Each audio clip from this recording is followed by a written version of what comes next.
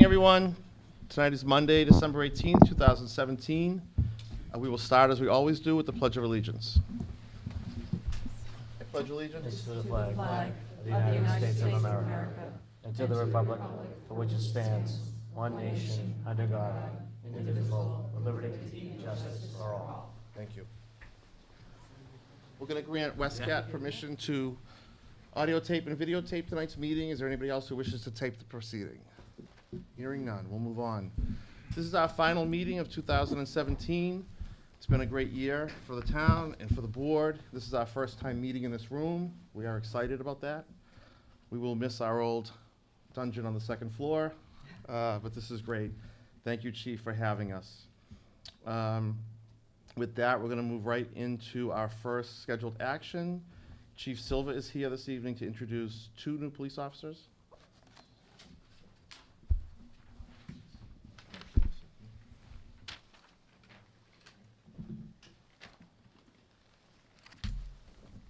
Welcome. Welcome. Good evening. Welcome officially to the board, to the new Selectmen's meeting room and police training room. Very excited to see you here. To my left is Frank Baker. To my right is Danielle Claremont, 2 of our newest hired police officers. They've been on the road for a few months, maybe 3 months. Yeah, right. Okay, today. So 3 months today. They come to us from very different backgrounds, but at the end of which the common denominator you'll hear is just a clear commitment to service, which is what we're looking for. Danielle is from Martha's Vineyard. She was recognized early on, even in high school, as the outstanding psychology student in her high school class. She then went on to UMass Boston, where she double majored in psychology and criminal justice, graduating summa cum laude. She dreamed of being a police officer. She worked with children out on the island. Again, something that's very important, very near and dear to us here in Westwood. And she had an opportunity to go to the Boston Police Academy when she was essentially a self-sponsor. She gets signed in by the police chief on Martha's Vineyard, but she paid her own way. No guarantee of a job, no paycheck while she was there.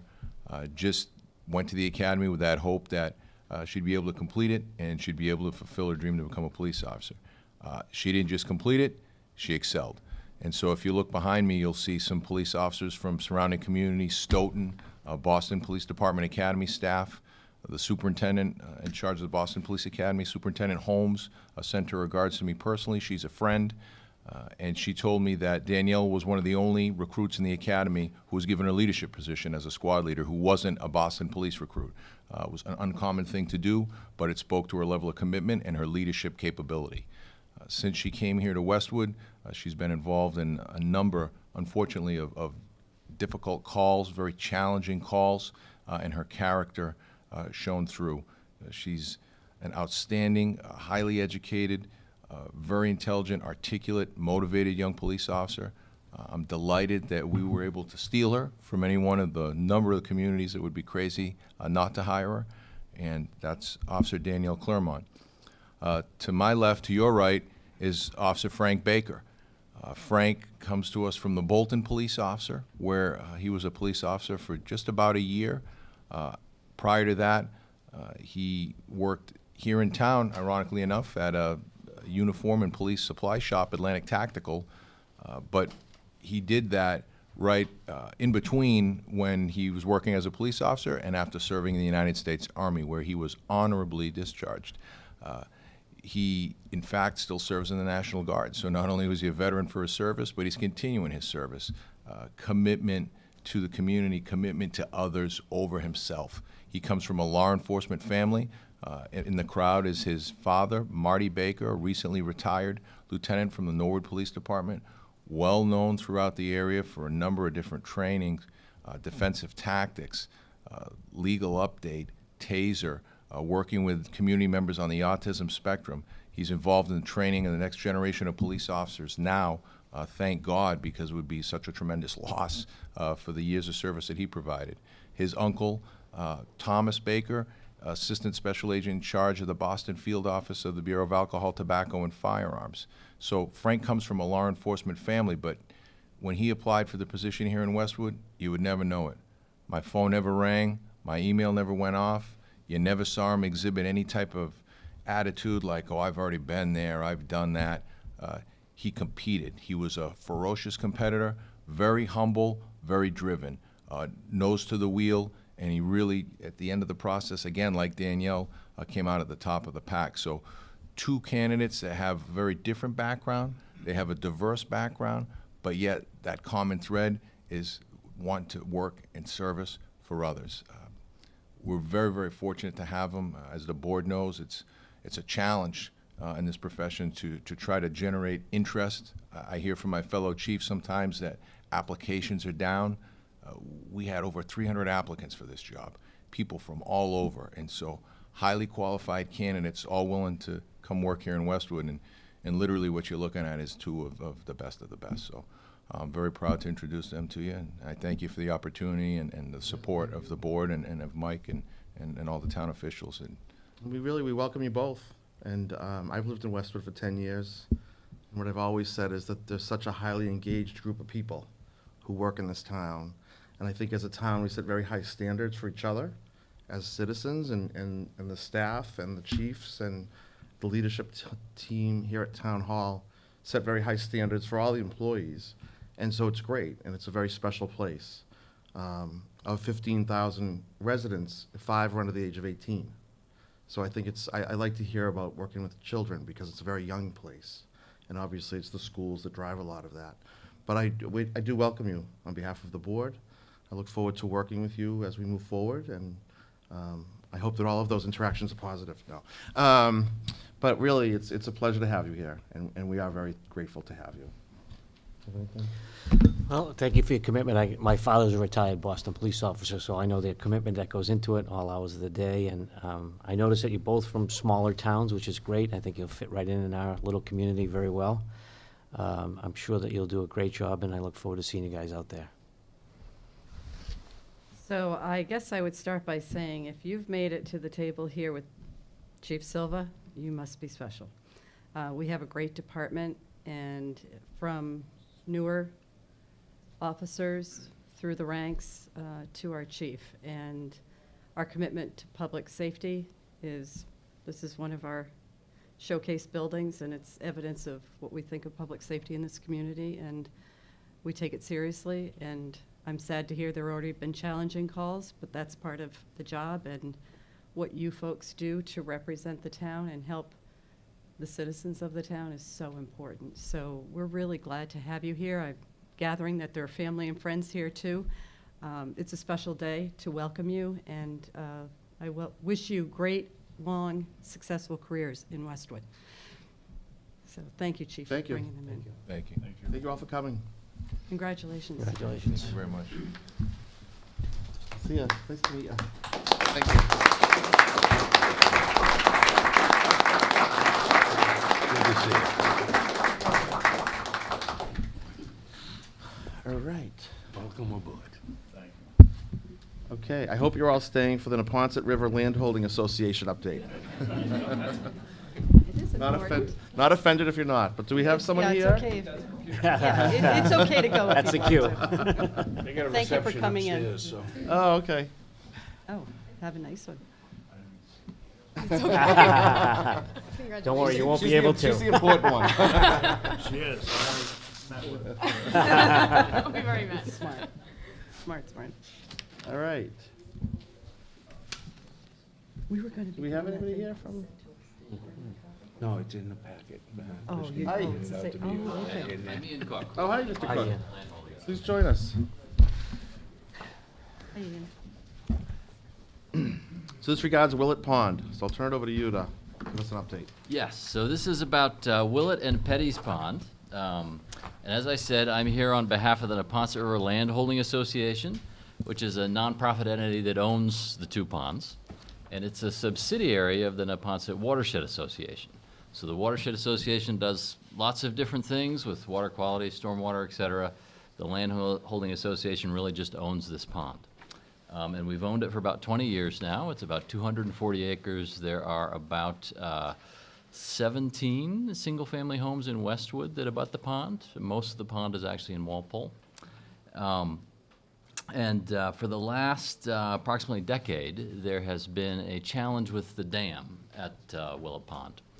And one of the key things if you're designing a dam is you want to design the opening that lets the water out to be big enough to pass what's called the design storm, which for a dam the size of Willett Pond Dam is quite large. It's something called the half probable maximum flood. It's the volume of water we're talking about is actually 7 times the volume of the 500-year flood. Willett Pond was built in 1913, long before modern dam safety regulations, and consequently the spillway at Willett Pond does not meet that standard. A little more than a decade ago, the bridge that carries traffic over the Willett Pond spillway needed to be rebuilt. And the Office of Dam Safety indicated that MassDOT was going to need to enlarge the opening under the bridge, which is the spillway, at the same time they did that. Shortly thereafter, special legislation was passed that exempted the bridge project from the dam safety rules, and Mass Highway took the initiative to not fix the spillway and built a new bridge on top of an old spillway. A few months later, the Office of Dam Safety ordered us, the nonprofit entity, to rebuild the spillway, which is now under a brand-new bridge. And unfortunately, we lack both the financial capacity to do that, as well as sufficient property rights to be able to remove the bridge and rebuild the spillway and put it back. This is a situation that we've been stuck in for about a decade now. My board has recognized that because they own a dam, which is the subject of a unaddressed dam safety order, they face a level of personal liability as volunteers on nonprofit boards that's really not sustainable. And after a decade of being stuck, we've been pursuing a number of different possibilities to try to address the situation, including potentially selling the land that we own there. Unfortunately, nobody, not surprisingly, is stepping up to buy it. I was hoping that the board might take a couple steps to help us address this situation. Do anything but buy it. Yes, we're not going to ask you to buy it. Although if you want to, that'd be fine. Basically, we have 3 requests. There is legislation that would sort this situation out by essentially directing MassDOT to take the dam and make the repairs. That would sort of resolve the whole issue with the spillway. This is legislation that has been kicking around for a while and hasn't passed, and we're taking the time to go around and speak to all the towns and ask the towns if they would indicate their support that this be done. The second piece of this is we are trying to facilitate some conversation between MassDOT, dam safety, the legislators, and the towns, and we wanted to ask your permission to work with the town administrator to try to organize a meeting along those lines. And the third point is that traditionally there has not been any public access at Willett Pond, and there is potential as part of this whole process that public access could be created. That's part of the mission of the parent organization, is to create public access to water bodies, and it's always been a little discordant for us to own a pond that's not accessible to the public. So essentially the suggestion was to think about whether Westwood has an interest in the public being able to access the pond, and if so, to let us know about that. And so if my memory is right, I thought we signed a letter. Okay, sorry. And is there public access from Westwood to is there actually land in Westwood that would allow public access? There is a very small piece of land that the town owns that's behind a sewer pump station. It's actually part of the road right away. Okay. That would get you to the shore of the pond. There's also, although it's technically not in Westwood, very near Westwood, we own a small beach off Brook Street, which is just over the line into Walpole, that would provide a location to create public access if folks wanted it. Yeah, I'm not going to speak for the entire board. I have no objection to these requests, Mike. Is there any concern from your end? It's just... We're not buying the pond, we're... Right. I do ultimately think it's a safety issue. It is. And so we're kind of, it's necessary to get involved, and I'm sorry that this legislation didn't move forward for you, but, I mean, you have my support. Do you wanna? So, can I ask, what about are we the first town that you've approached out of the three? Or is, You're the first town I've actually managed to get on their agenda. I have pending requests with both the Norwood and Walpole Select. because we have the smallest piece of the pond, from what I can tell, right? Yep, And- that's and right. Obviously, mostly in Walpole. Mostly in Walpole, and if there's a problem with the dam, that'll be reflected mostly in Norwood. Ian, I'm curious, first history lesson, back to 1913. Why was it built? It was built to provide consistent water flow to what was the tannery, what we now think of as the Commerce Center down in Norwood. So the pond was actually upstream of all the industrial activity, which is a little unusual. And as a result, it's actually a very clean, healthy pond as opposed to your typical mill pond that has all sorts of stuff that's been dumped in it over the years. Now, I too am supportive of your initiative, but I have a couple more questions that go with it. One, the abutters in part came to us asking us to support what was brought to us back in May, and we sent a letter, some abutters in Westwood. I don't know that they have been polled yet, but in terms of public access, I want to be sensitive to what impact might be on abutters. So on that, I would reserve, I think there's work to be done and information to be found out. You've somewhat answered where there might be access points, and I know where you're referencing. So that's kind of an open-ended question. And in terms of what if we all did nothing? I mean, paint the bad outcome more clearly for us, would you? Sure. I think, at this point, if this legislation doesn't move forward, the Landholding Association and the volunteers on its board are left with some pretty unappealing options. Really, the only thing they will have left in their power to do to respond to the dam safety order is to lower the water level in the pond until the situation is resolved. And there's also been discussion of seeing if there might be a legal process to dissolve the corporation, which essentially just kind of, So that it's to sort of remove the unclear what liability. happens if we actually go down that path. And then I imagine you need legal counsel Yes, in order to do that, which is an expense you also don't have much money for. correct. Not a very appetizing situation. I think it's important, even if we're a small portion of the pond, I think it's become, I don't know if the right word is natural resource, but a resource. It's beautiful, and if it could end up being accessed by the public, could be great Right. recreationally. And for the people who abut it, I'm sure it's something they really enjoy. So I think, there are the aesthetic values, and then there are other things that are important as well that we need to be looking at. And I'm in favor of moving it forward and would commit to doing anything I can to help. I think it's Yeah, I really agree. important that we engage. I mean, it sounds as though we don't need a vote, right, Mike?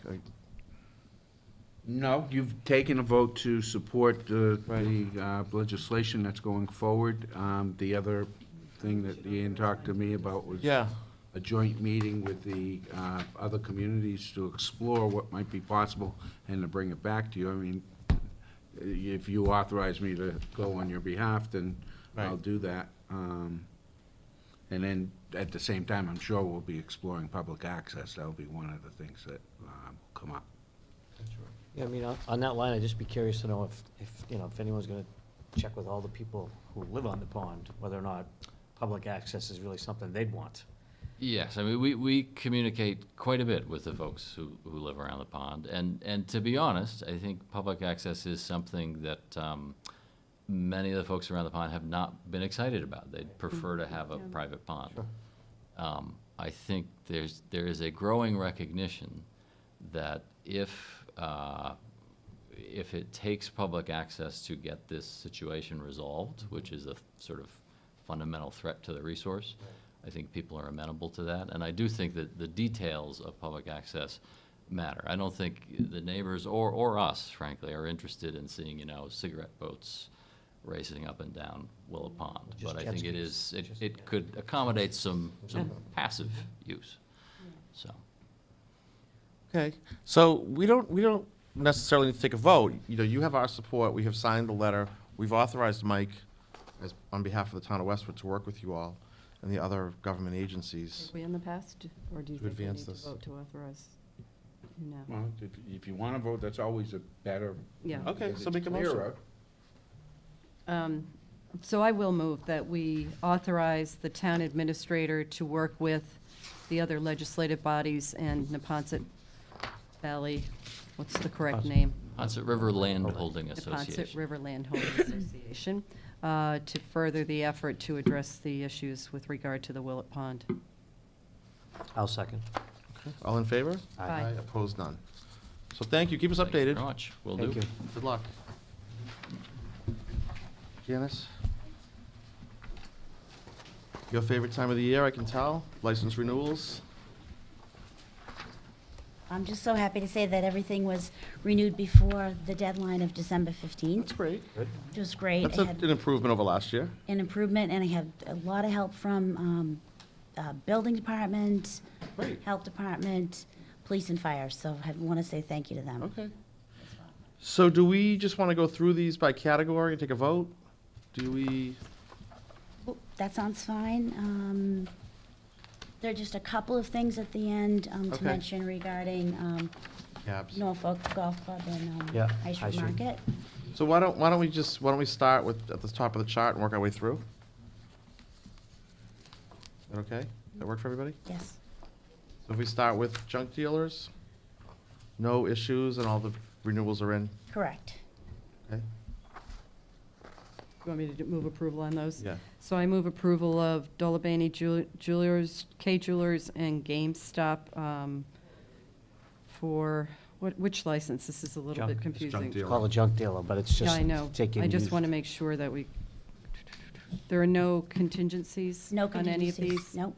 Okay, so stop me if there are any. So I make that motion for the junk dealer license renewals. I'll second. All in favor? Aye. Why don't we just go across Class 1 auto dealer?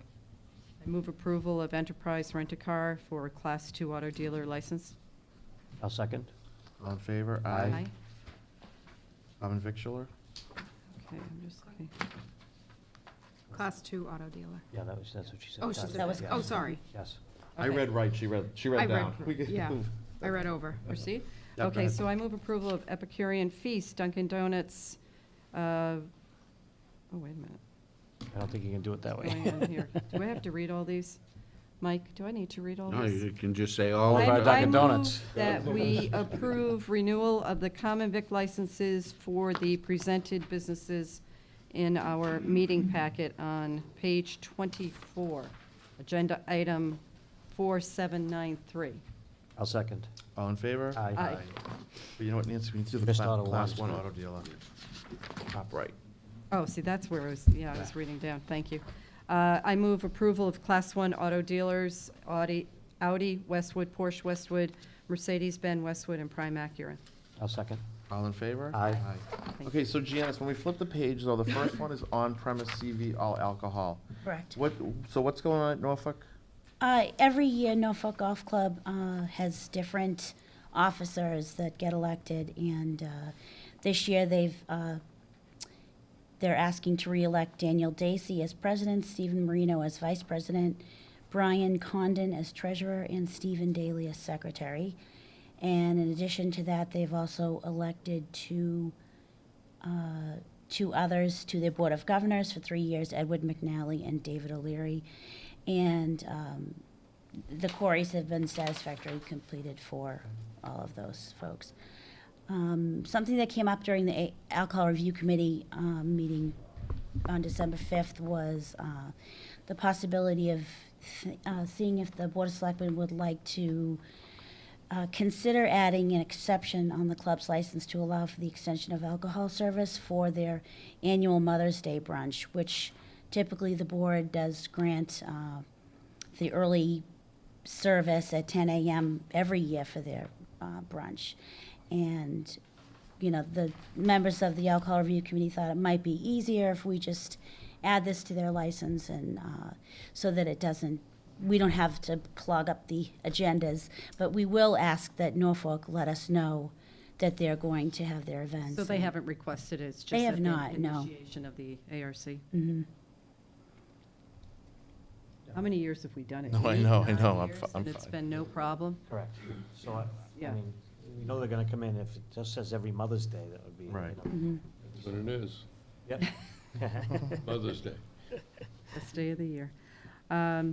I move that we approve the on-premise CV and all alcohol license for Norfolk Golf Club, as well as their new elected officers and 2 additional members of the Board of Governors, and that we pre-approve the extension of alcohol service for the annual Mother's Day brunch, subject to their notification to the town at least a week in advance of the event. I'll second. All in favor? Aye.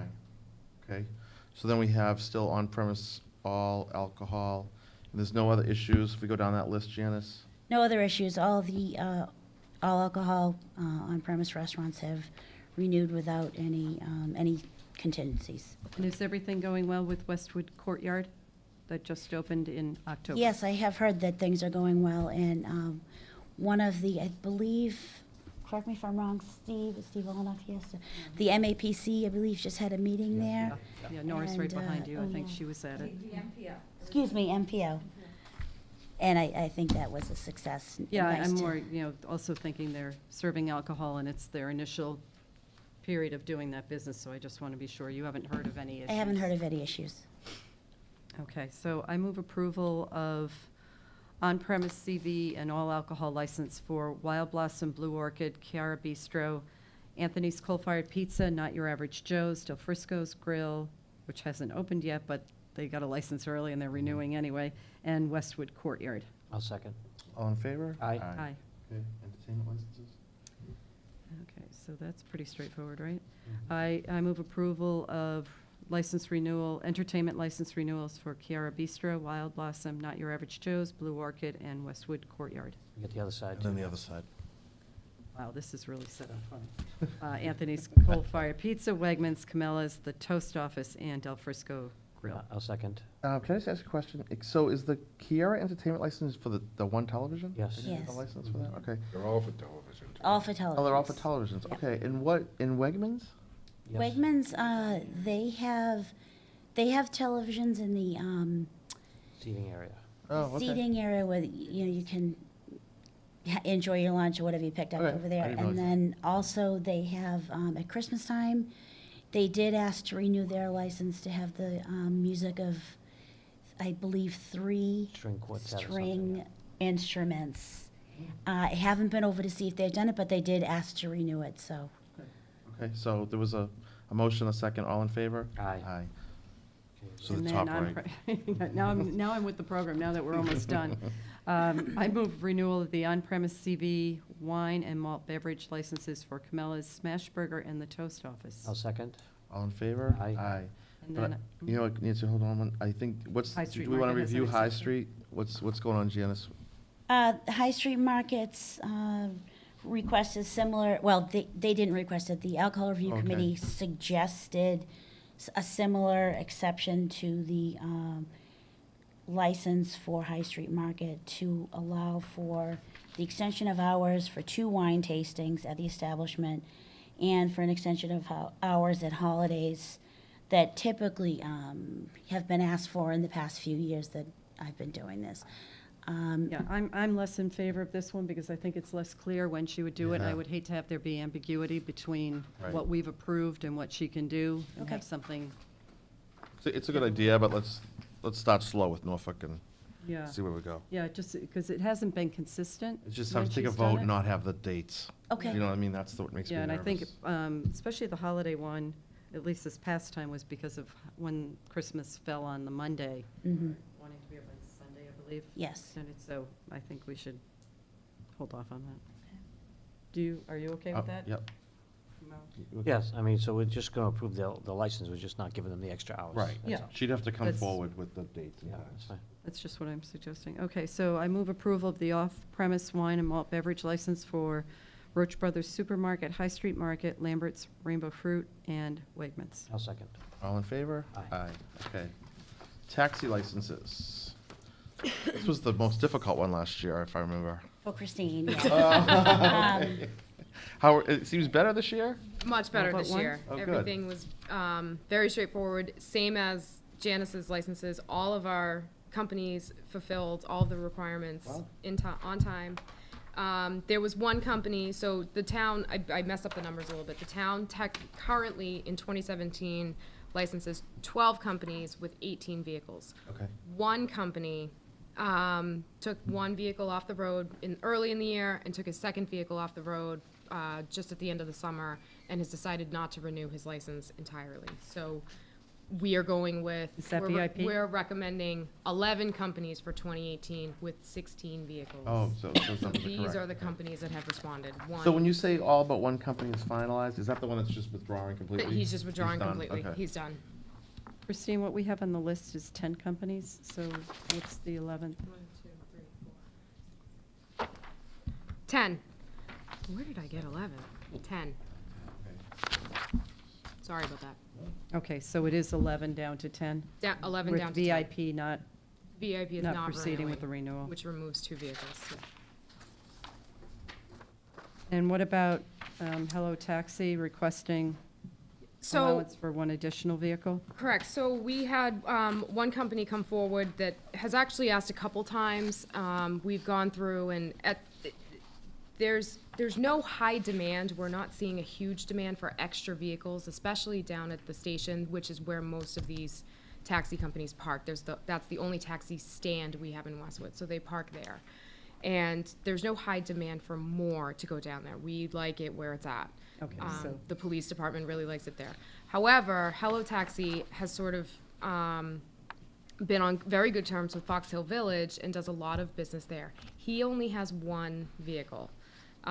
So he, You got something? did Janice, right Oh. next to you. Sorry about that. that's okay. So he only has one vehicle, so him, going back and forth between the station and Fox Hill Village, where he does more business at Fox Hill Village than he does at the station, it's hard for him. So if the board is up to it with VIP not renewing and removing 2 vehicles from the road, we have a good relationship with, Ali. He's a great guy. We have no issues with him. He's had no violations against him. But it's up to the board. Or we go back and dip into and open up and see if So does the the, board so considers. does the, under the proposed action for the board to approve the issuance of one additional vehicle for Hello, does that accomplish what you just said? Yes. Again, Mr. Walsh, are you okay with that? Yeah, I'm okay with that. Okay, He's good in town, why not keep him? right, and I'm sure Fox Hill likes having Yes. that availability to the extent that he satisfies their requests.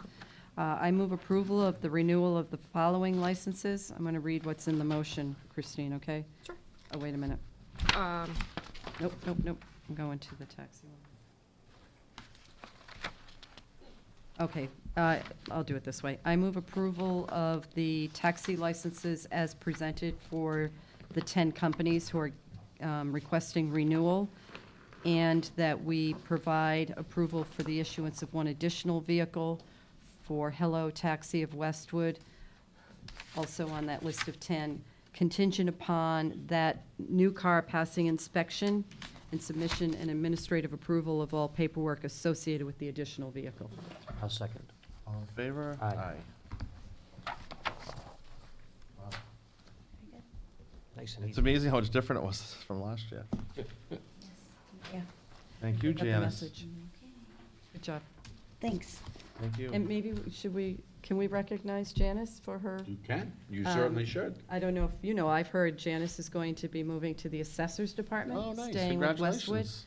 And as I was telling her when we walked in, you've done a very nice job in this position that you've had within the planning department and for the licensing, and we'll miss you in that role, but we're happy you're staying with Westwood. Me Janice, too. I won't Thank miss you, I'm just gonna continue to call you. Okay, fine. Thank you. Well, congratulations. Janice has had more positions in town than any other employee we've had. She's worked That's with great. 5 departments. Get back to the basement. Back to- I'm glad to be staying with Westwood. Yeah, I know you Okay. That's are. great. Yep. Thank you. Glad you are Thank too. you. Good night.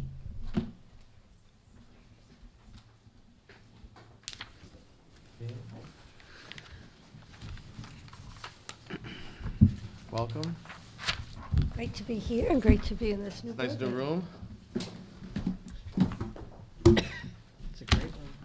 Thank you. So my understanding is you and Nancy attended the school committee meeting. Is this kind of a, And Mike? and Mike, this is kind of a take, was this exactly what you gave, or? No, but I Alright. did want to just, we did talk with them about University Station, so I just wanted to kind of briefly update you on a couple of the slides that we went through with the school committee. Great. And then I just want to, let's see, okay. And I know this is a little different, we'll have to get used to this, it's behind you, so you do have this in front of you. Right. But we'll try to just work out what might work, we can see how tonight goes. But just a few slides on University Station to talk about what we talked about with the school committee last week. Preview the budget for you. We do have the preliminary base budget available now, and then we'll go into a heavy month of work in January. And the same with the municipal budget. Where are we today? Still have a lot of work to do on that, but just to give you a preview and get some thoughts on that budget. We just always start with this slide whenever we talk about our budget, just to make sure that all our groups that we meet with know that we're trying to do so many things. The selectmen are responsible for so many areas of the budget for the town. The operating budget, but also capital budgets, making sure that we have wonderful buildings like this new police station, that we have proper equipment for our departments, our school and municipal. We have to address our long-term liabilities, OPEB and pension. We need to make sure our reserve accounts are properly funded to protect the town in case of a rainy day and help us maintain our AAA bond rating. And we're trying to balance all of that against the tax bill because we do really run on our real estate taxes. So we're always working to try to do as much as we can in all those areas in the budget. So the next, just a couple of the slides we went through with the schools on University Station. We talked with them about how the original intent of that project was to help provide some additional growth for the town. It's hard for us as the selectmen know every year to do all we need to do within the limits of Prop 2.5, and that University Station could give some relief to that, providing additional revenue. The original planned use of the revenue was first to handle any direct service costs from the project, public safety needs, any school impact. Really a key thing to help provide for sustainable growth for the school and municipal budgets. We reviewed with them how we had several difficult budget years when the economy was difficult in FY10, FY11. We had 0 budget increases, and something like the University Station revenue would allow us to kind of stabilize and have predictable, sustainable increases for our operating budget. That we were looking to help fund some debt service for major capital projects, again, like the police station, within Prop 2.5, so we didn't have to go back out to the community. To try to utilize some of the money to help limit the tax bill increase, the growth of our tax bill. We're really not at a point that we can decrease taxes, but just try to help as best we can limit the growth. Again, reserve accounts for the AAA rating, stabilize the split tax rate. The original project identified about $5 million in annual new tax revenue, offset by about $2 million in direct costs with public safety and school needs, for about $3 million annual new revenue. This was just a slide we've reviewed at town meeting. Again, just trying to show all the areas that we were trying to, before the project even, put a shovel in the ground, that we were talking with everyone about. This was all the areas we were trying to address. Direct service costs, our operating budget, sustainable levels, debt service and capital within 2.5, tax relief. The next slide looks at what have we actually seen in new revenue growth. So the numbers on this slide are the new growth revenue, how that works in the Prop 2.5 formula, the additional tax growth each year from University Station. And so then when a tax growth comes in, it stays with us for the life of the project. So to date, we've taken in $5.1 million in new tax growth, as shown on the chart over a couple-year period. $565,000 in the first year as the project just got going. Our heavy years, FY16, $3.2 million, and FY17, $1.1, as the bulk of the project was developed. In FY18, our current year, the new additional tax growth was somewhat limited, $179,000. Our budget had been $500,000. And I point out this difference that can happen with a commercial development. We originally had thought that the hotel and the new restaurant would be online in the time frame for valuation for the FY18 budget. and they were delayed a bit. So that revenue will come in the FY19 new growth, but 179,000 in FY18. So Pam, what's the wild fluctuation for? Why Well, is 16 so big and? That's really when the whole project started to be developed. Okay.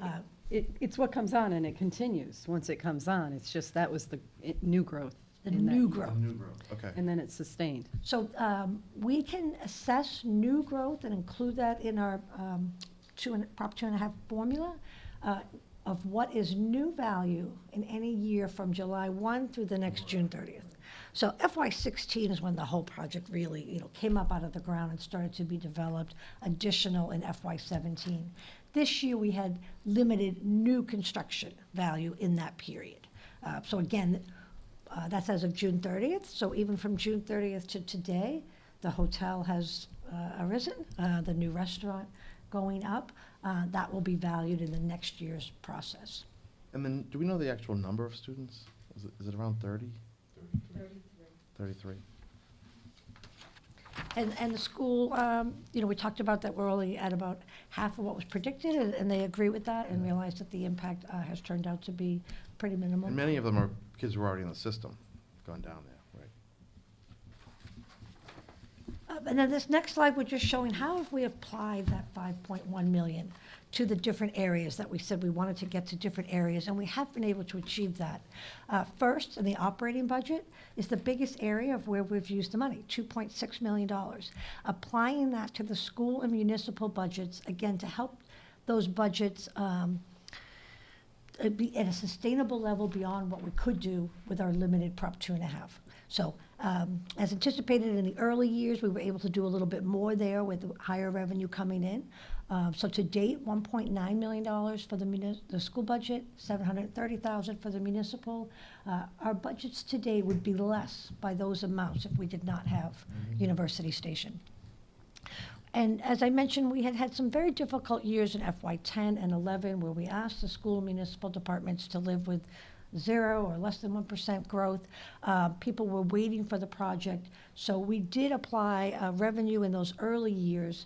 And you'll see it was part of to say, we know people have been waiting. We know your budgets have been more limited than what we liked. We were able to kind of go in and kind of give a one-time adjustment to that, not at levels that are sustainable going forward at that rate of growth, but we were able to do that with this University Station money. So again, 2.6 million in those budgets now currently, and again, once they kind of get that money in that year, it continues forward in that budget. So that's then every year. The next is the direct service cost. I'm still on that same slide, sorry there. What have we added to service the project? So here, the municipal budget, 1.1 million, with in 2 years, doing about 500,000, and that's where we hired the additional police and fire staffing, and 215,000 to the school department, where they've had some impact from students and where they needed to add a bus to go down and service the apartment building there. So again, once those amounts are added to the budget, they remain with those budgets. In capital, we had that one-time appropriation to the capital fund, 975,000, from which we subsequently used about $500,000 of that to replace the high school turf field. And then the police station bond, that in the FY17 budget process, about $800,000 used to service this bond for this building to keep this within Prop 2.5. And then finally, trying to help the tax bill and trying to mitigate a bit of the growth there.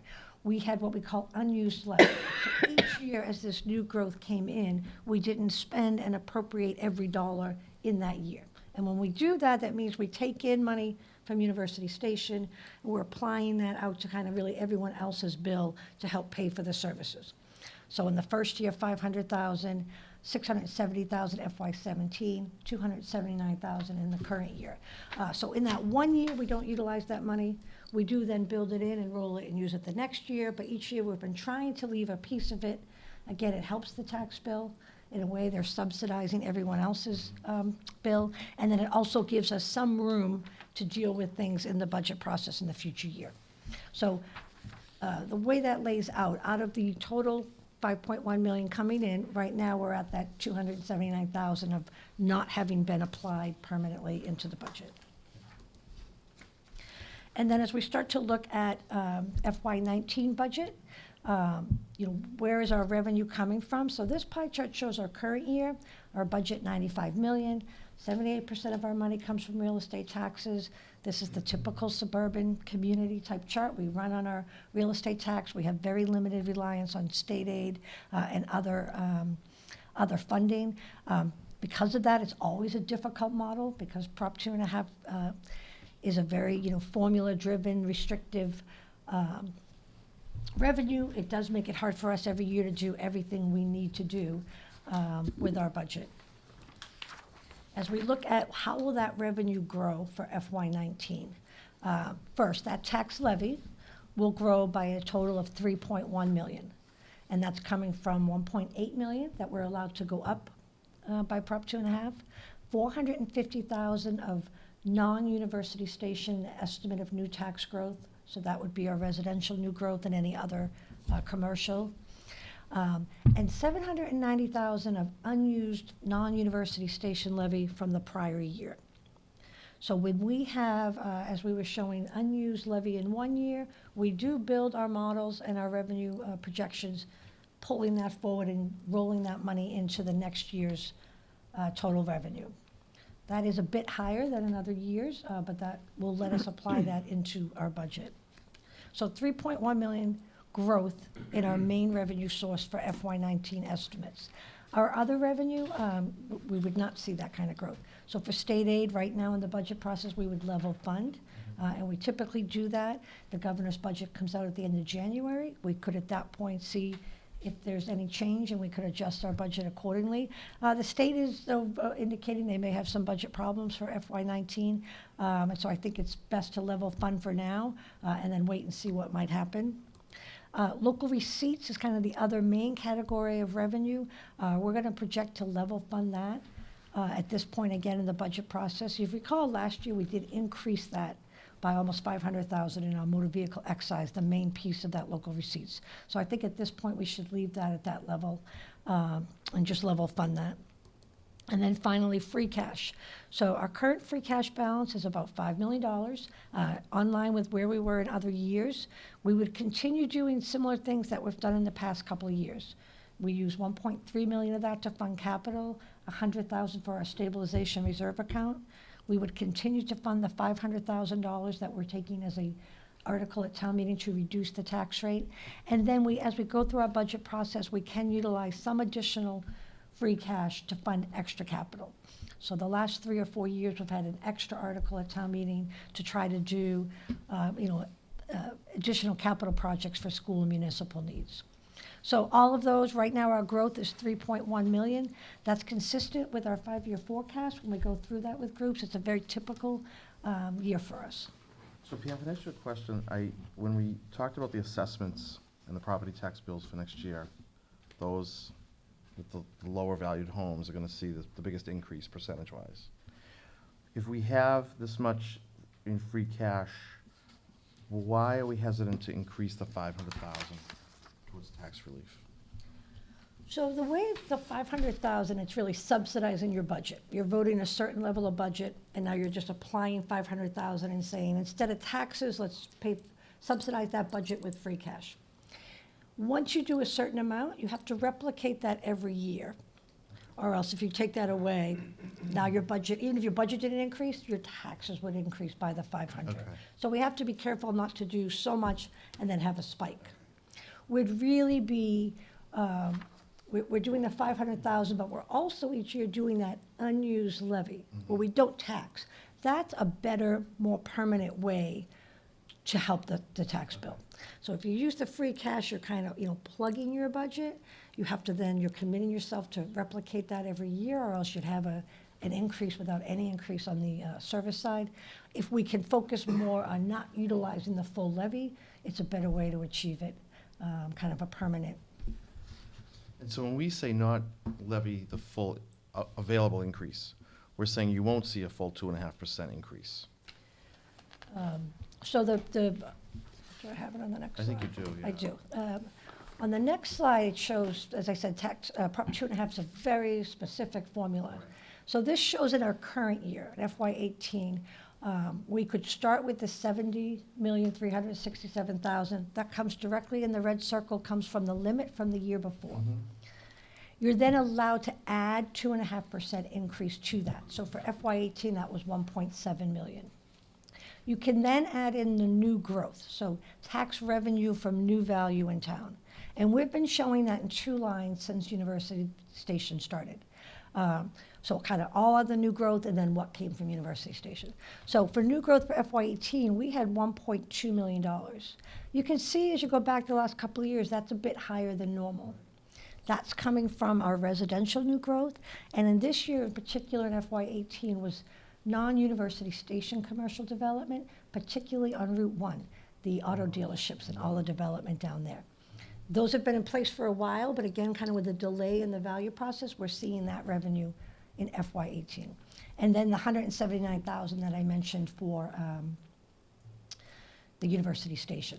So in total, that we're allowed the 73 million. We then add on the exempt debt, any projects outside 2.5, 1.5 million in FY18. That's the debt service for the library and the high school.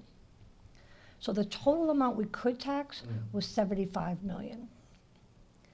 We taxed 74 million. Our limit was 75. We taxed 74 million in FY18. So we could have taxed $1 million higher and spent that money and charged people more in their taxes. So part of that 279,000 came from University Station. The other part came from the 1.2 million in new growth, higher than what we used in the budget estimate. So we always, in our initial budgets, use about 450,000. So that's the number I mentioned, the 1.2 to the 450. It's about 790,000. So we can come in now. We didn't spend that. That provided some relief in FY18. When we do our increases for the 19 budget, we can pick up that 792,000, and we will do so. That's what I was showing on this previous slide here. Up here, when we're looking at the new growth for 19, we can use the unused from the year before. So our budget policy has been that we would tax to the maximum of our levy limit. We would pick that up in our budget process, except for University Station. And the University Station money, we let the selectmen kind of handle that differently in the budget. There's not an assumption that we will use every dime of that. We present how much do we have, and then you're looking at, well, how should we use that? How should we apply that to the budget? Just a quick thing, last thing on that tax slide, we talked about this with the schools. The town has not had a general override since 2007, so over a 10-year period. I do think that's pretty remarkable for a town where the struggle to fund budgets within Prop 2.5, to have such high level of services, particularly with the schools and the municipal services, and to not have had a general override for that period. And then the second thing I mentioned, that exempt debt, that's the particular principal and interest on any projects voted outside 2.5, currently 1.5 million. A piece of that is the high school bond. We're in our final years of the high school bond, 5 years left, even though we all call it the brand new high school. So that portion will end. And I do think that timing's going to be quite nice when the schools are ready to address their next project. And some of the elementary projects will be able to say to the community, we have finished paying for the high school, and now we can turn our attention and our budget funds to the elementary projects. And the expectation is kind of that as we're aging out of the high school override debt, we'll pick up the new debt, right? Do we think that timing will work? Yes. We'll retire the high school and Yes. pick up the debt for the elementary? Yes, and we did, so we should mention that the schools were saying, how much will you, a couple of questions about how much could we be able to pay? How would we pay for their elementary project? And we really tried to say, we can't answer that question today. We need to start to see as they go forward with their planning, what's the size of the project, how much would be funded by the state program, would they be doing one large projects or a couple of smaller projects? So all of those things we would use as we factor in how do we pay it. But we assured them that we're all on board, and we know the projects are coming, and that we've really been kind of focusing on long-term planning on seeing how we're gonna be able to fit some of those projects. So, can't say exactly today if it would be all within 2.5, if we need to use some additional money, or do we would need to have a debt exemption to replace some of that high school bond. It may be pieces and combinations of all of those. This slide just looks at our fixed cost. A large component of our budget right now handles this, about $13.5 million in total for kind of our employee benefit costs, pensions, healthcare, payroll taxes, and then $1.2 million for our insurance and various reserve accounts. Of the $12.2 million, the pie chart at the bottom just shows about 56% of that is for school employees, 44% for municipal. So again, these are benefits we're providing on an ongoing basis, payroll taxes that we're paying, unemployment insurance, workers' comp insurance, all of those things we're required to do. So we do need every year in the budget to make sure we provide for whatever growth in these budgets before we go out and try to do new things. So when we're looking at FY19, our projection right now, and again, it's pretty standard, is that it'll cost us about $1.2 million increase in that bucket. About a 9% increase. And we just have the breakdown there. That includes the pension assessment, which we know, the health insurance increase of 6%, that's an estimate only at this point. And then our other fixed cost, about 10% in total on the various insurance, our payroll taxes, or Medicare tax, about $195,000. On the health insurance, we do, we get our information as we move forward from the GIC. They're looking, as they always do, to kind of make changes in plans to try to contain the growth in cost. They have a meeting in February, which they decide if they do any changes to their plan designs, and then they set their rates at the March meeting. So it's in March that we know the final number, and sometimes we have an adjustment to that money that When was do set they, aside. what month do they implement the new rates? What months do they? When do they implement new rates? For July 1st. July 1. Yep.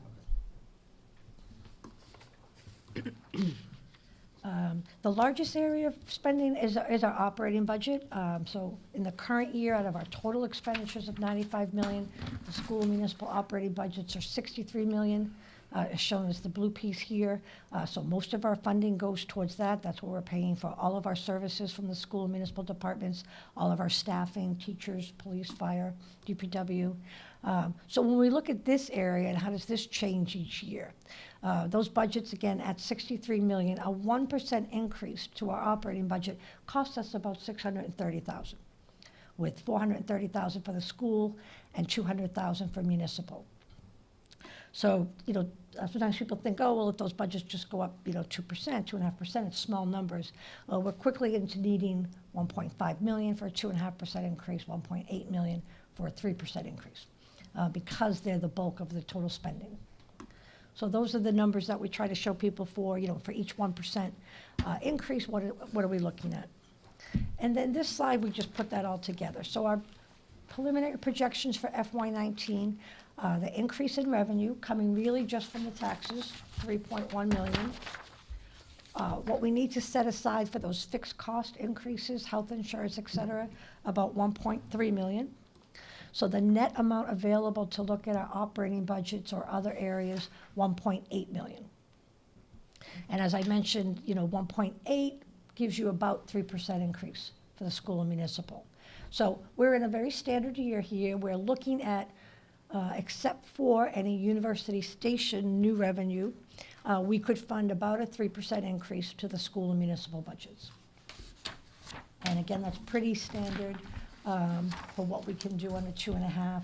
This is, on our own with taxes, not looking at any new or change to state aid or other revenue. And just finally, how does that look with the operating budgets? I just want to point out that the chart on the top shows current year, the operating budgets in total, $43 million for school in blue, 19.4 municipal. The chart at the bottom shows the growth for the last couple of years. So as I mentioned, at FY16 and 17, we had higher than average growth, where we were applying some university station money to, really kind of shore up those budgets after a couple of difficult years. So the school municipal budget had a 5% growth increase in FY16, and we had almost 4% and 4.9 in the schools in FY17. That took additional university station money to do that, and that is a bit higher than our sustainable level going forward. So in the current year, we had kind of more average. I'm going to snooze, okay? 3% increase for FY18 and proposed for FY19, 3%. So we are delivering on what we tried to say we would do with the university station money. Predictable, moderate, sustainable growth for the operating budgets. And for us, that is about the 3% level. To try to not to have these wide fluctuations that people can't plan by. It's a limited amount, but at least we can meet it each year and commit to about that level. And just, again, with FY19, we would, in the capital budget, maintain that higher level of capital spending that you've done the last couple of years. So in our preliminary budget, as shown in green, in the green bar, we could have, for the school municipal capital, 1.7 million in our base capital articles. That's, again, more than double what we were doing in FY14. We've really tried to build that up over the last couple of years. And then we could look to do that additional capital article that I mentioned that we've done the last couple of years to kind of handle any additional projects. In this current year, the schools were able to do that networking project that they needed. The town was able to look at the senior center and At one point. we try to get things that are important projects that might be hard to get within the 1.7. Utilizing the additional free cash while we have it, using it for one-time capital needs, not building it into the budget, but trying to address some additional items. Do you foreshadow what might be coming up this year in that category? Do you have? There was talk of the elevator. The schools mentioned that there's an elevator in the middle school that they thought could fit into that article. Might be in the couple hundred. 140,000, I thought, yeah. A repair or replacement? I think it's a replacement. Yeah. I think it's been repaired and repaired and repaired, and it's just, we need to deal with it. So that was the category that we. Yes, if if we were able to fund that article this year, that's something they would like to, would be helpful for them if we could address that. How about in that municipal side, article. anything Um, servicing? We continue to have a lot of capital needs on the municipal side, so we haven't sorted out what we would have in the base article, but there are definitely projects. The tennis court? Something like that is, I mean, You know what I'm thinking. Yeah. I have to say it. and then finally, on the overall budget, just two items that will work with the selectmen over the next month. So again, that base budget does not utilize kind of new university station revenue. And we like to lay that out separately from the base budget and have the selectmen discuss how that might be applied. So what's there for the amounts, that unused revenue to date, 279,000, and then whatever our projections are for future growth for FY19 and beyond. So we would come into you with some estimate of what we should be using for FY19 for growth, but that might be in the $300,000 range, so that there'd be about $600,000 of revenue to decide how you might apply that in the budget. Applying it to budgets or capital, or leaving it unused levy for tax relief, those types of things. And then on the bottom, the meals tax is something we've been talking about. We have about $780,000 in that account. It's now seemed to have stabilized at about $300,000 in revenue a year, which is terrific additional revenue that the University Station project brought the town. We'll have Del Frisco's, right? We'll have others going online. And we'll have others going online. got the hotel that just came online, so that will contribute. And the Del Frisco's, So we had talked about at some point, trying to figure out, is this a dedicated account for a specific item, or what are we gonna do? and you can, just use pieces of it. Right. So we could start to use a piece of this to fund that additional capital, or to fund into the capital stabilization fund to prepare for additional. But we'll want to discuss both these items with you over the next month. So the overall budget summary, the preliminary plan for 19 maintains the high quality of services from our town department, gives gives that stable 3% increase, continues the capital, 1.7 million for those main articles. Does continue and has our OPEB liability, 1.39 million, and that really is pretty much on target with where we need to be. Has that small funding of 100,000 to the stabilization account to keep us on track with our reserve requirements, and continues the efforts to kind of try to control that tax bill increase, utilizes the 500,000 for free cash, and looks to keep capital and other operating budgets within Prop 2.5.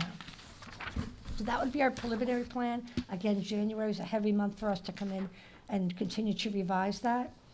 And just finally, quickly, where we are with the municipal budgets, and this is just our initial budgets. The chart at the top just shows the initial requests coming in from departments.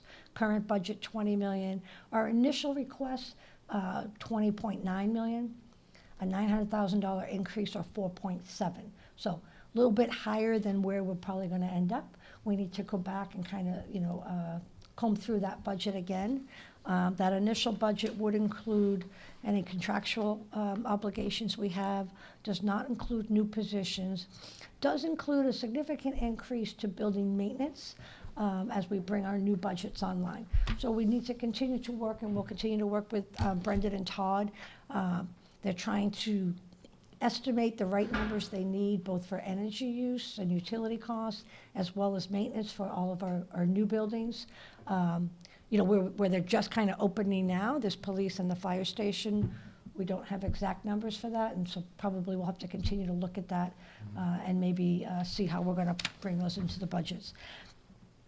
That amount at the top does not include some new positions requests that we have. Several requests in public safety, police and fire, kind of continuations of things that you've seen before in some of those overall plans. The library has again asked for that part-time position for to help out with the kids coming in and enjoying the library on their short Wednesdays from the schools. And the COA has asked to increase an admin position they have from part-time to full-time. Those are the only new requests that came in for staffing, and so again, those are not included above. And then the only other item that's not included above that we had talked about at a certain point is, do we try to continue to incrementally increase the snow and ice budget? We did it last year. We only a couple of years ago had a budget of about 140,000 for snow and ice. We now have been able to increase that up to 300,000. We would like to get that closer to what is our average annual spending of 450. You've seen the chart. There's nothing average about the snow. There's some years it spikes and other years down, but we know on average it's about 450. So we would like to try to increase that a little bit each year. So those items at the bottom are the things that we're going to continue to work on, bring to the selectmen the justifications for some of the requests, and see where we can fit our municipal budget. But we have a bit of work to do as we're at a higher really than what our allocation is. So we'll continue to do that. Now in January, have fun doing that. I'm sure no one's going to want to hear from you Nope. what's getting cut. We really try to work with our departments, and they're great about it. Sometimes we have to bring things on slowly. All of our departments know they might have asked for something one year, and they may not get that till a future year. We're committed to never growing the budget beyond what we can sustain. So we never like to, particularly with new positions, bring on new staffing unless we can make sure that we can fund those going forward. So we'll continue to work with our departments on both the base request and then the new items, and we'll have an update to that at your next meeting. And so that is what we have to do going forward, is we'll be coming into the selectmen looking at those additional revenues, the meals and the university station. We'll continue to work with the long-range planning committee, looking at the capital items and what goes into the base capital and what might be in that extra. We've been having great discussions with our budget steering, very regular meetings with the schools and working with them on the operating budget, the capital budgets, and their long-range, larger building projects. So we will review again with you at your January 8th meeting, the municipal budgets and where we've kind of gotten with that. At the end of January, we'll see any change to state aid with the governor's budget. So just a couple of deadlines we have in mind. Selectmen have to come out with their kind of updated budget February 1, so that we can then get that to the FinCom for their review, and we present that budget at the February 6th FinCom meeting. So we're at our certain point today, kind of our preliminary plan and our preliminary look at revenue and expenditures. We have a lot of work over the next 6 weeks, and we'll be back in at both your meetings in January. We'll be meeting with those other groups, long range and budget steering. I thought we had a terrific meeting with the school committee last week. No, I'm glad to hear that. Yeah. And the budget steering meetings, just so my colleagues know, have gone very well. We're back this Wednesday. So it's been very informative. So thank you, Pam. This is great. See you Wednesday morning. Thank you. Okay. Todd and Brendan, welcome. First, thank you both and the teams for a great storm response. I was out at hockey games and basketball games that entire day, and the roads were great. And you would leave Westwood proper, and the roads weren't so great, so it felt kind of good. And then Sunday morning, I was up early and out, and the roads were dry. It was great, so thank you. You're welcome. So we come before you today requesting you guys to take a look at an issue that we've been facing really for the last few years. It's been a growing concern for the residents to have additional recycling and trash containers. Back in 2016, when we renegotiated the contract, we decided to no longer pass on additional barrels to the residents. Since that time, the list, we've continued the list, and it's grown to about 110 now at this point. We're at the point where these costs for these additional barrels have an impact on us, on our budget. And if you look at some of the information that I provided for you tonight, you know, these orders that we need for these additional barrels to the tune of $6,000 for recycling containers, because it's a $100 minimum, as well as a $100 minimum for trash is roughly around the same, $5,000. So there is an impact to our budget when we make these purchases. Now we're forced to make a decision to go back to allowing these residents to have additional recycling and trash containers, and if so, at what cost? Our proposal would be to look at what it cost the town to purchase the initial barrel for a recycling container, which was $60, roughly $60, and continue our current practice of having an annual fee of $150 for trash. Obviously, we still want to promote recycling, which I'm not sure if you've heard is becoming a large issue now with the secondary market. China is not accepting a lot of loads because of the contamination. So we want to do our due diligence in still providing the recycling for our residents and not allowing that contamination, but it comes at a cost. So right now I'm proposing to you guys to look at this with us and help us figure out if we should continue to hand out these barrels, both trash and recycling.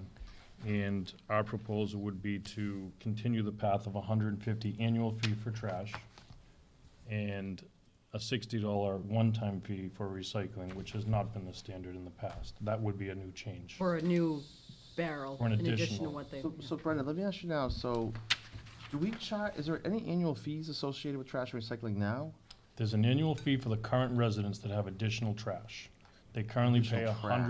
$150 annually for an additional trash. They pay nothing for an additional recycling? Correct.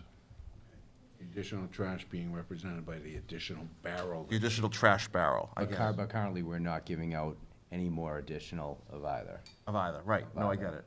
And just to clean up a little bit, the minimum order for barrels is 100.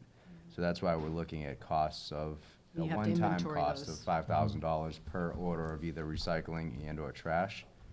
But then there will be an annual cost, an ongoing cost associated with the pickup of each. So it's the one-time fee of putting them online, but then it's the collection fee for for the amounts that you're putting online. And I think when the program was first implemented, it was a new program to the community. I think the guess at that time was that 2 barrels would be more than suffice. I think I can speak on behalf of my household that the 2 barrels works. I know others tend to recycle more and might have more trash. So I think that's why initially we offered that additional container, but it's just getting outrageous now. I think a lot of residents are taking advantage, or were taking advantage of the free recycling container and contaminating that with trash. They saw the opportunity to not have a fee associated with a free recycling container and said, well, I'm not gonna pay $150 a year, I'm just gonna get the free recycling and throw trash in that, which obviously is a problem, so. So this is like really interesting. When I was first elected to the board, I was shocked at how big of an issue this was. So I think there are a couple of scenarios. What I have seen repeatedly is people move to Westwood, they have a number of young children, they move into a home that has one trash barrel and one recycling bin, and it's just not enough, right? And I empathize with them. They're putting recycling in the trash, they're putting trash in the recycling because the infrastructure is not there for truly what they need. So I think that, I have a couple of thoughts. On trash, I think I agree. If people are getting an additional barrel, there should be the full fee. I do kind of worry, though. I mean, for me, my home that I moved into had 2 recycling bins, and I went to Home Depot and bought a third blue one. And, you know, it's still not enough. I could recycle more. So I do think that the recycling, restricting people to one bin, if you have a household with 4 or 5 people, it's not enough with the every other week pickup. One of the questions I had for you, though, is there any way we could get to weekly recycling? Mike and I, prior to Brendan really diving into the trash and recycling, Mike and I looked at this a while back, and the clip by which we would have to recycle as a community would be so off the charts astronomical that it wouldn't even be, if you're asking would the cost of doing that and the diversion rates that you would create offset the initial cost, and no, it wouldn't even be close. We're at a clip now of approximately 30%, and that's a pretty good recycling rate as a community in the Northeast. But to do the weekly pickup, and again, offset the cost of the weekly of that fee associated from waste management, we would be way in the red still. So I do think it's not. I think people who are asking for an additional recycling barrel are bona fide. We only pick up the recycling every other week, and they don't have the space. By that 10th, 11th, 12th, going into the second week of recycling, I'm overloaded. So I empathize. So I do think that we need to get to a place. I think I'm with you anyway on your proposal around trash, but around the recycling, I think there have been people waiting for a long time. This list has been ongoing for over a year. You know, ahead of this meeting too, what we did is we comprised some information, which is also included in your packets, of other communities that either do charge for an additional recycling or do not. I think you'll see that it's kind of varied. But of the survey of the other communities, there's more communities than not that are charging for an additional recycling, from what I could tell in the Some are survey. one time and. Some are one time, some are year. There's only a few that are yearly fee for recycling. But there are some communities that don't charge for an additional recycling. So I guess where I am is I would like to make the people on the list whole. I would like to get them a barrel. And I don't know if But the question is, should they pay for the barrel? right, I wouldn't charge them. I would set a policy for January 1st, 2018, that there's a fee going forward. I mean, to do it retroactively just feels kind of wrong to me. It's not retroactive, they don't have the barrel yet. Right, but they've been waiting. And they see many of their neighbors who I think it's yeah, I mean, well, we have to draw the line sometime. I think what we're So if we bringing- were to do a one-time fee, what would you suggest on the recycling? So the $60 one-time fee is what we're suggesting. That would allow us to cover the cost on our budget-wise for the barrel itself. As you can see from those numbers, we'll still end up having an additional charge that we'll have to incur within our budget, but it's palatable at that point. To store the inventory Yes. until you. $30. The collection fee. The collection The fee is collection also- Oh, the fee. collection fee, yeah. Can I ask, how are you gonna assess the fees? I get the $60, that's pretty clear. You pick up a barrel, you pay $60, you get the barrel. But how are you gonna assess the $150 annual fee for the second barrel? How are we gonna? We're already doing it. We currently do it. We currently do it, so our office tracks, every barrel that goes out has an identification number on it. Right. Gets associated with the homeowner. Except the one that he bought from Home Depot. Yes. Right. But I didn't realize, you Yeah, pay, His address will wait, be- you pay based on the number of pickups, not the volume of the trash? We Or pay both? every Both. cart that goes into service, whether it's recycling and or trash, every cart that goes into service, if we were to deliver a barrel tomorrow, gets included in our cost. And your assessment by. Waste by management waste carries an management. inventory of what we currently have. Whether or on not cost it's per put out at the barrel. street for Correct. pickup. Don't Correct. report my blue barrel, please. Is that whether or not it's full? I mean, it doesn't matter. That's Just exactly Doesn't right. matter. And so there's a cost associated with the collection of each barrel, and then there's a cost associated Well- with They the put chips in the- disposal. It's assumption that every barrel that is out there That's is correct. being put by the So barrel. Well, so is $60 the right fee then? That's the That's cost of covering the the barrel, cost. our Just cost. covering the cost. But it's not covering cost. You're It saying- is, No, that's it's the covering cost the of the cost of the actual, the barrel. physical barrel, not the collection That's and why it's a disposal. one-time That's what fee. we're, Okay. Deliver the barrel, get the dollars. But Right. there's a $30, is it $30 annual cost to collect that barrel that we have to pay to the collection company extra? Looks like $470 a month. no, it's more than that, Mike. The annual cost is approximately 5,000. Well, based on a 100-barrel order, if all 100 barrels went out, you have the cost associated with the barrel itself, and then the cost associated with the collection each month of the barrel, which is gonna be approximately $5,000 increase to our budget. That will be ongoing. Can I just ask, I mean, to me, I guess just trying to create the action, if $60 is the bare cost, but there's actually, in reality, further cost, if it's 150 annual for trash, and we're trying to incentivize recycling, should the 60 be 75? So there's at least some correlation, right, half? I think where we came up with the $60, it's a hard, true cost, and the point of our whole program is to promote recycling still. So I think we're not looking to so much, where the 150 was the cost of the barrel, along with the expected estimated tonnage created from that resident wanting that, and us paying Wheelabrator $67 a ton for trash. And so, I'm sorry, I know you already said this, how many people are on the list today? 110. And what you're expecting, that if you charge $60 for a barrel for recycling, that people will be more attentive to what they're putting in the recycling barrel, and not asking for a barrel to use as a separate Right. deposit for their trash, which they should be putting in a trash bucket. The hope and expectation is that, exactly like Mike said, that diversion that they're creating will offset the difference between that. There's a lot of math that goes into this, would offset what the tonnage would be in trash. But we have to keep in mind that residents still need to adhere to the policies and to what now China, like Brendan had mentioned, is tightening their belt a bit, so. And so, are you doing the cardboard dumpster? again? Yes. Yeah. 2 weeks. It's already set up on the website. It's getting delivered to Carver. It's just, it might be good timing I would to announce all of it. really encourage you guys to reach out to Westwood Media Center and do a public service announcement on,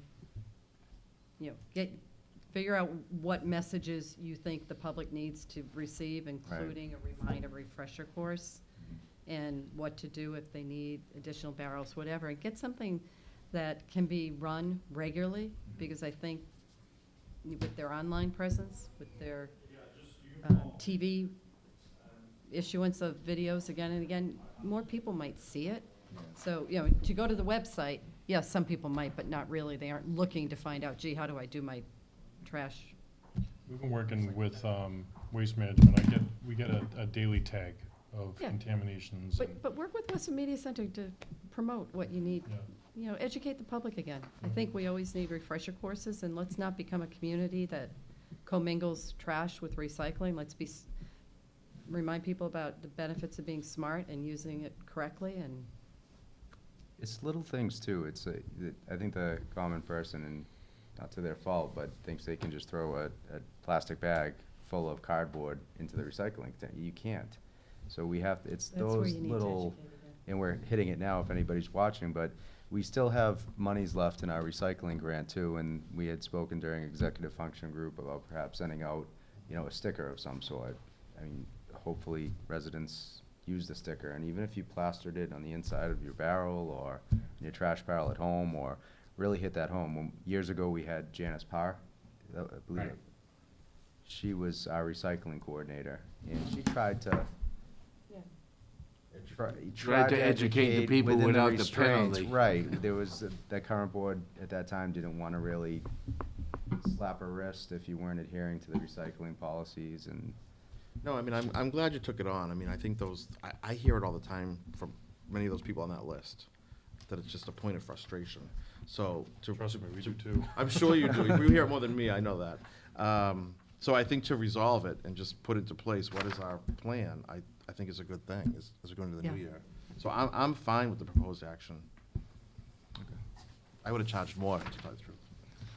I'll defer to you guys. I mean, I think, you know what, let's try it and see what happens. I mean, I don't know, on that 110, I don't know how many people will say, oh, I didn't know there was an additional cost involved. Maybe they won't do it, so we don't know. Well, they told right up front, right? On the No, yearly? anyone that's Haven't done called, anything. we've told them at this point, we're at a standstill, we're not passing out barrels. However, our plan is to go in front of the selectmen to see if there will be a fee moving forward. So some people, I can't say that all residents that have inquired have been notified, but some have. Yeah, well, I mean, it's a serious budget issue, so we're trying to find the right balance here. I mean, we aren't trying to make it difficult. We actually want people to do what they want to do, recycle more. And they also, they also have the option for trash. I know that some of the stores sell the extra bags. Right. there's still, People They use don't have that. to get the barrel, they can just buy the bags and, Yep. put it out that way. you still see them out. The Yeah, they the do. overflow bags are still being put to Yep. use. Mhm.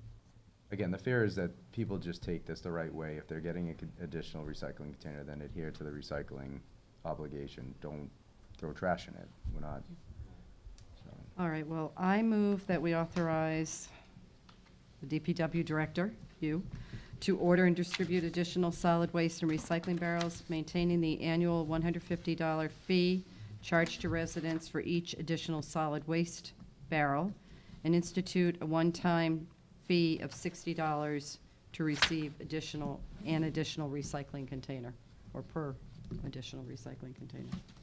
I'll second. All in favor? Aye. Opposed, none. Thank you, guys. Thank you. Thank you. Remember, PSA, Public Service Announcement, Westwood Media Center. The voice of Voice of Westwood. Westwood. right in Mr. there. Yes, hello, this is Brendan Ryan. Thank you. Good night. Thank you.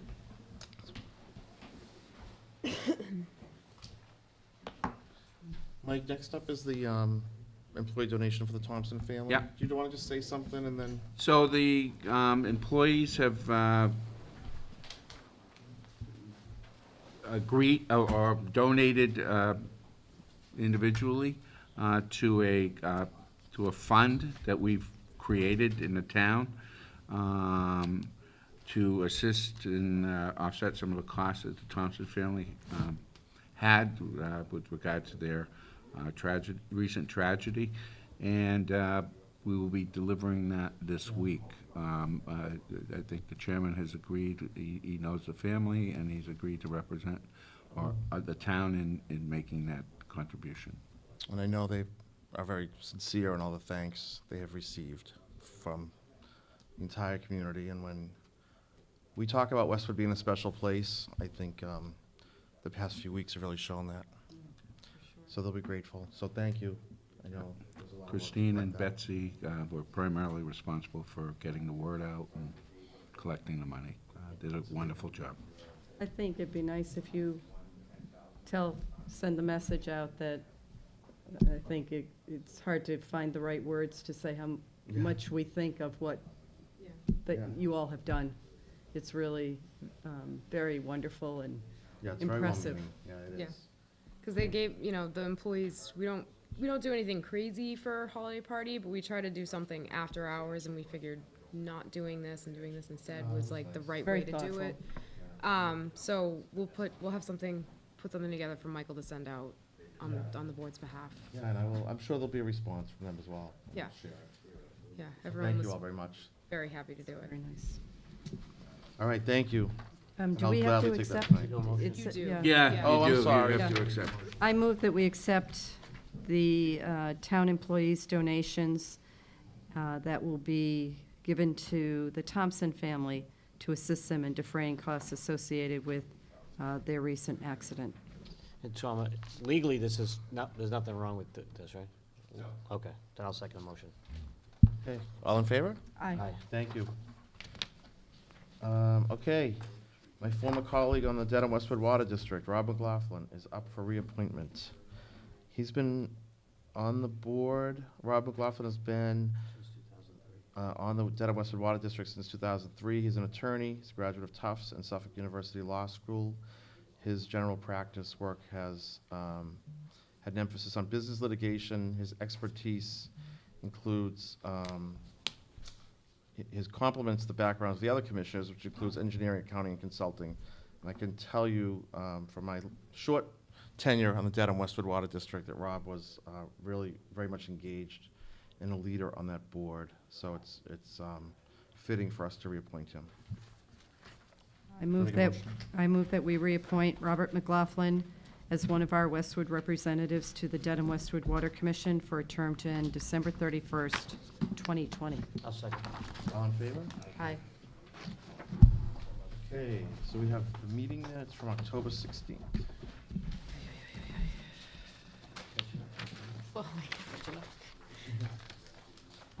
Okay, I didn't I know.